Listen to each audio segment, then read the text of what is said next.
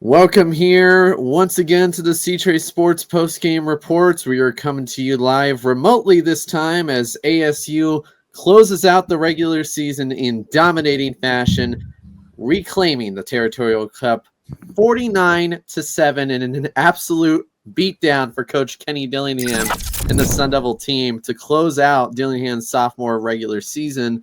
And joining me here, Matthew Jacobson, Sam Valenti.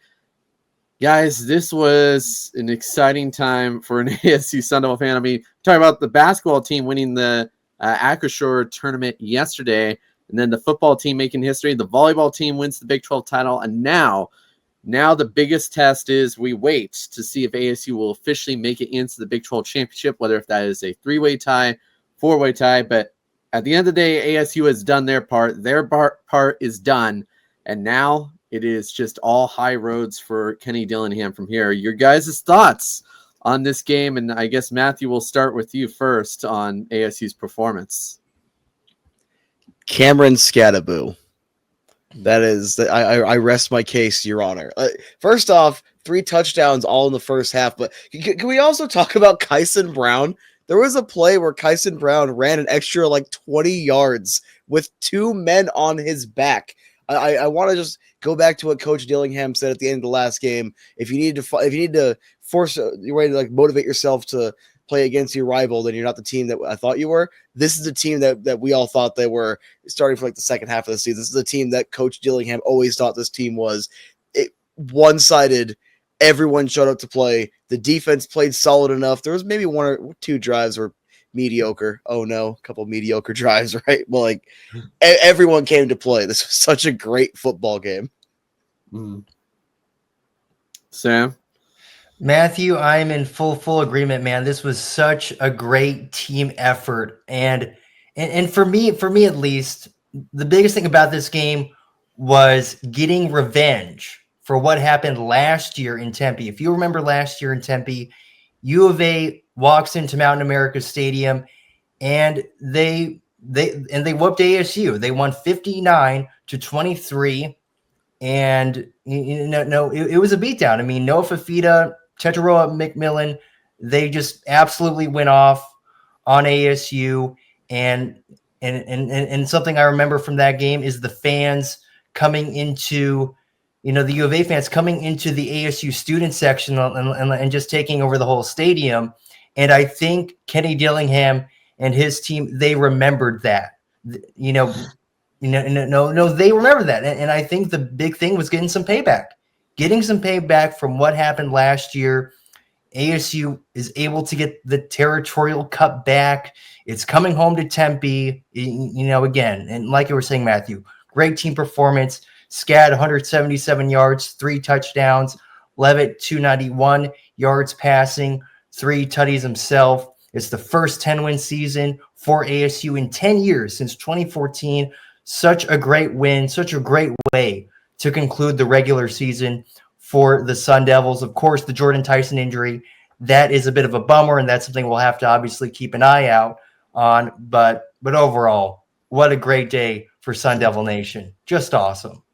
I would have to agree with that. I mean, Matt, we talked about this last week at the end of the BYU game. The mentality they have to go into this game was to kind of see retribution from last year, because last season, they got demolished pretty good on their own home turf in Tempe. We covered that game, and it seemed like at that point, even though it was kind of a rebuilding phase, ASU was under violations of the bowl bans. That was officially the close of the season for ASU, and it seemed like there wasn't really much hope that even if Kenny Dillingham was the right choice, that it would take years and years to fix all the problems with this team. Yeah, it seems like Kenny Dillingham has accelerated that timeline dramatically, getting 10 wins this season to close out, and now all they do is essentially wait. They'll obviously play one more game, whether if that's going to be in a traditional bowl game or potentially in the Big 12 championship to compete for a potential spot in the playoff. But other than that, I think Dillingham, you got to give credit to this man. He has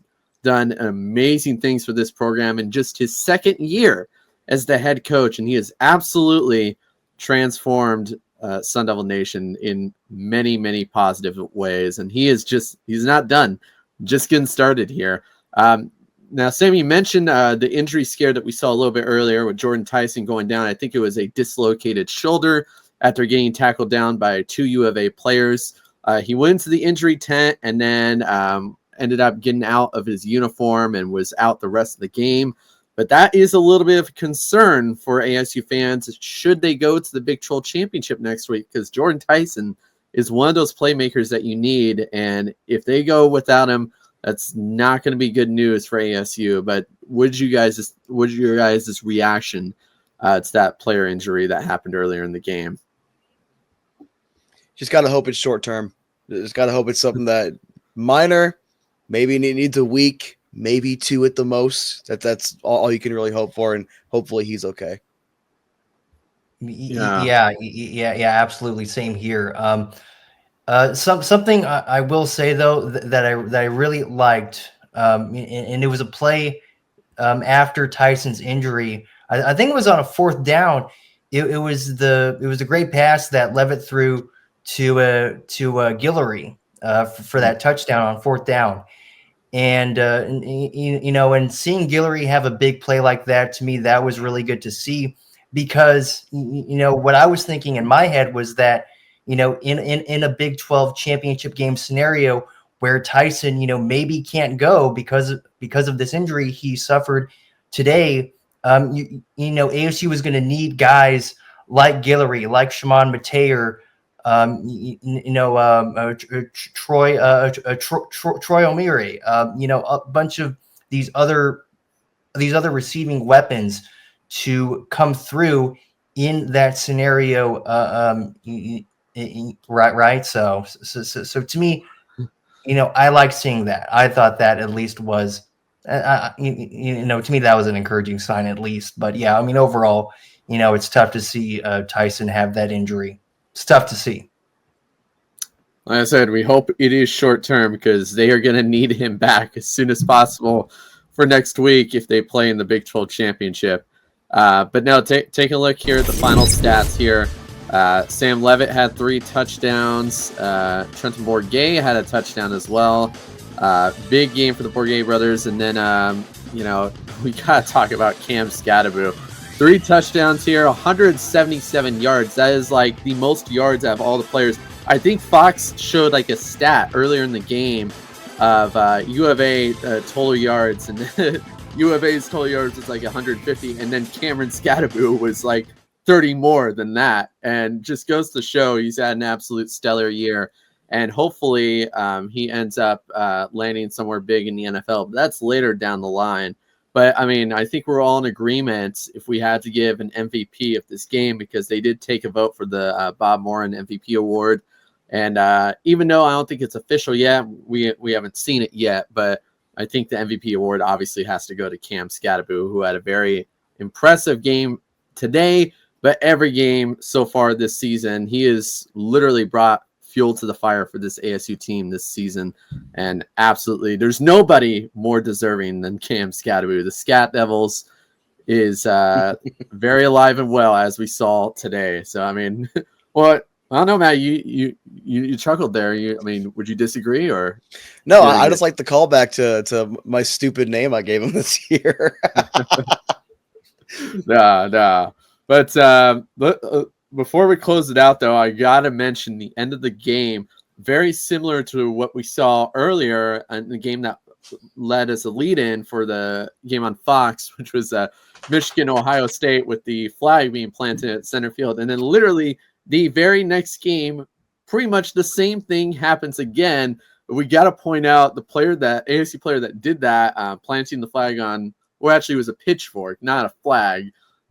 Planted in the center field at Arizona Stadium. I believe it was number 98, Jacob Rich Gongaika. I'm probably mispronouncing that. Apologies. But what's interesting is a lot of U of A fans were talking smack on him in the week leading up to this game, and he gets the fact that he was being called out for being the weak link of the ASU defense. He definitely got his karma at the end of the game there by planting the pitchfork there. But your guys' thoughts obviously we've seen this a lot in rivalry games. Everyone says, "Oh, if you don't like that, then don't lose the game on your home field."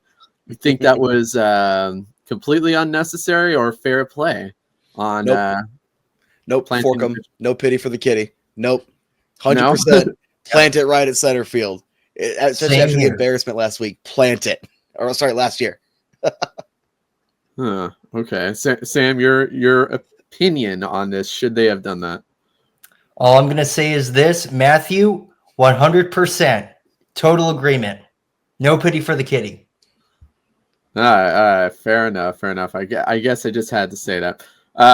Oh yeah, another last thing before we go into, let's look at the scenarios here, because as we're at the point we're taking this, it is not yet official if ASU will be playing in the Big 12 Championship, but we can look into the scenarios, and it has been a crazy wide range of scenarios. Pretty much all the conferences have their matchups pretty much locked in easily. This is going to take time to process, though, for the Big 12, because we could be looking at a 3 or 4-way tie.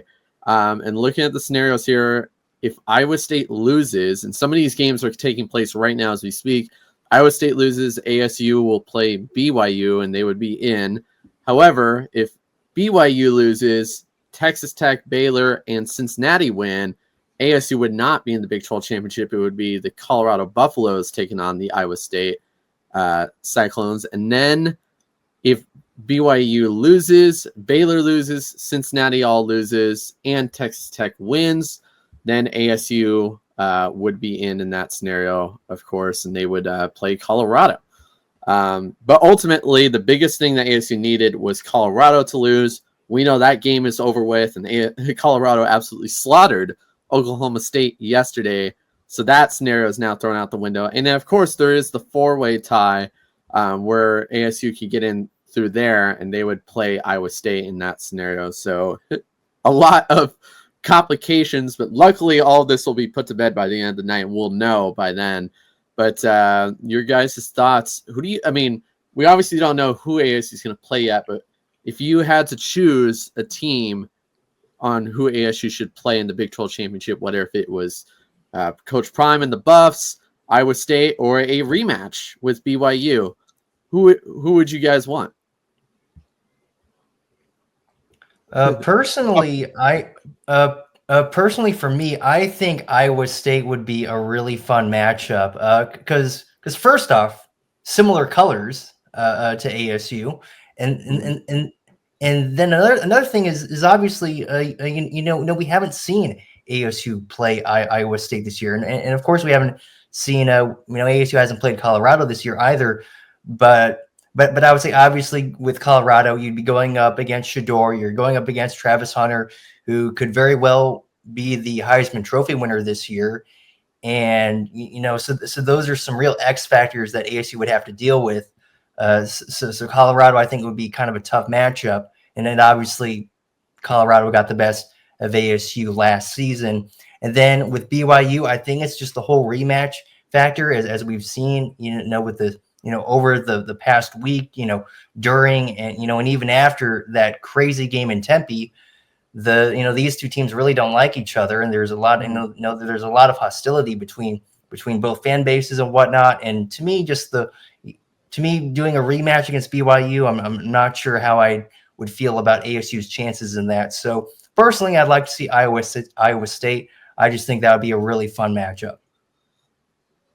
Yeah, I would think because playing BYU, you don't want to do essentially a rematch because they're going to learn from their mistakes just 2 weeks after playing them last. So it's not like it's a whole different team by then. You're pretty much playing the same team, and BYU could learn from that. So, I selfishly, I know a lot of ASU fans would not want to play this team, but I think Colorado and ASU would be an amazing matchup. Both Kenny Dillingham and Coach Sanders have been hired around the same time. They've both turned around once franchises that were not going in the right direction. They completely turned those around, getting all the media attention.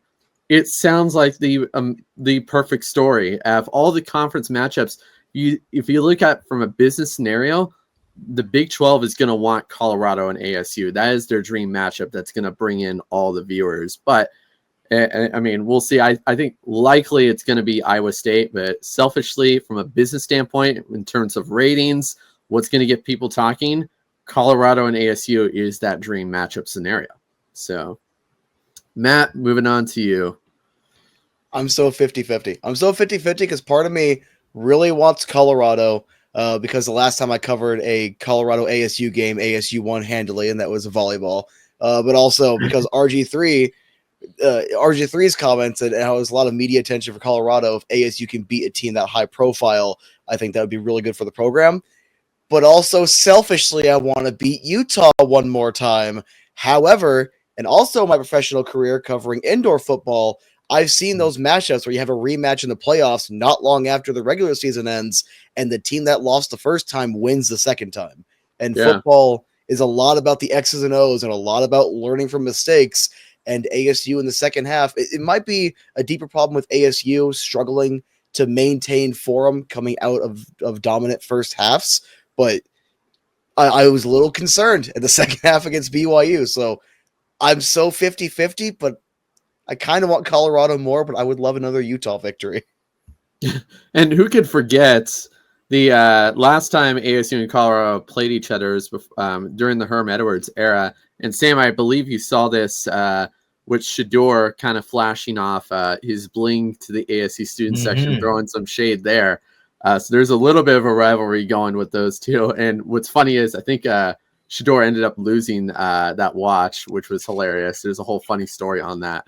But no, we could see a little bit of a rivalry going with those two teams. Like I said, I mean, of all the conference championship matchups, I think if you had Colorado and ASU playing each other, that would probably be the most watched out of all the Power Four conference championship games, because it is literally a tale of two teams who have literally been through the same roots and are essentially recreating the college football era or ushering in a new college football era. So that's just something to look out for. But in terms of the easiest matchup, obviously you'd rather want Iowa State or BYU. But at some point, you're going to have to play a very hard team. Even if they win the Big 12 championship, they'll probably play, who knows, Iowa State in the first round. Last time I checked on the bracket projections. So at some point, you're going to have to play someone hard. Why not? So that's just my opinion. But we'll certainly see. Any last second thoughts as we close out this Territorial Cup post-game show? You just reminded me of something. This sounds so similar to the most recent World Series where you had two teams that were very bad matching up from 2 years ago with the D-backs and the Rangers. That makes me a little concerned now. Maybe I don't want Colorado State. But also, we forgot to mention that was the first ASU shutout in the first half since 2010. And also, because we forgot to give some more love to Kyson Brown, 8 attempts, 100 yards, 12 and a half yards per carry. That's what you want to see, especially with Cam Scadaboo probably on his way out after this year to have the next running back stepping up.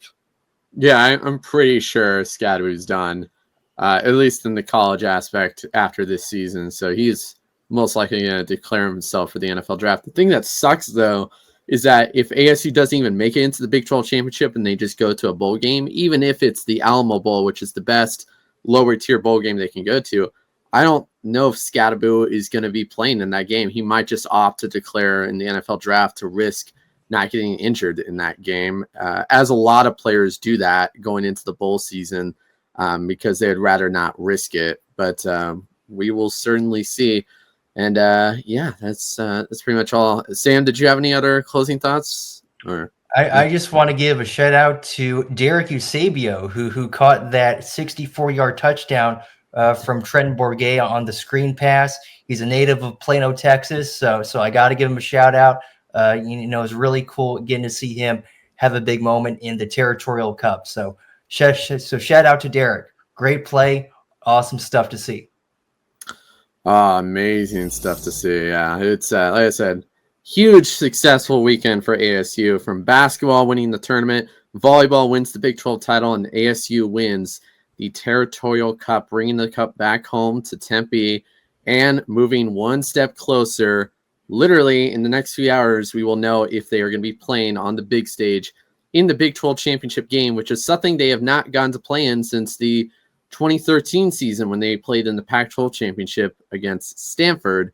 But that was obviously a very different era back then, especially since they were in the Pac-12. So this is literally an exciting time. We will certainly have to wait and see, and we will have all the coverage for you no matter where ASU is going, so stay tuned for that. But that is going to do it for now. Once again, the final score, ASU wins 49-7. For Matthew Jacobson, Sam Valenti, I'm Caleb Bushy saying good night for now, and stay tuned for more coverage to come. Reporting here for C-Trade Sports.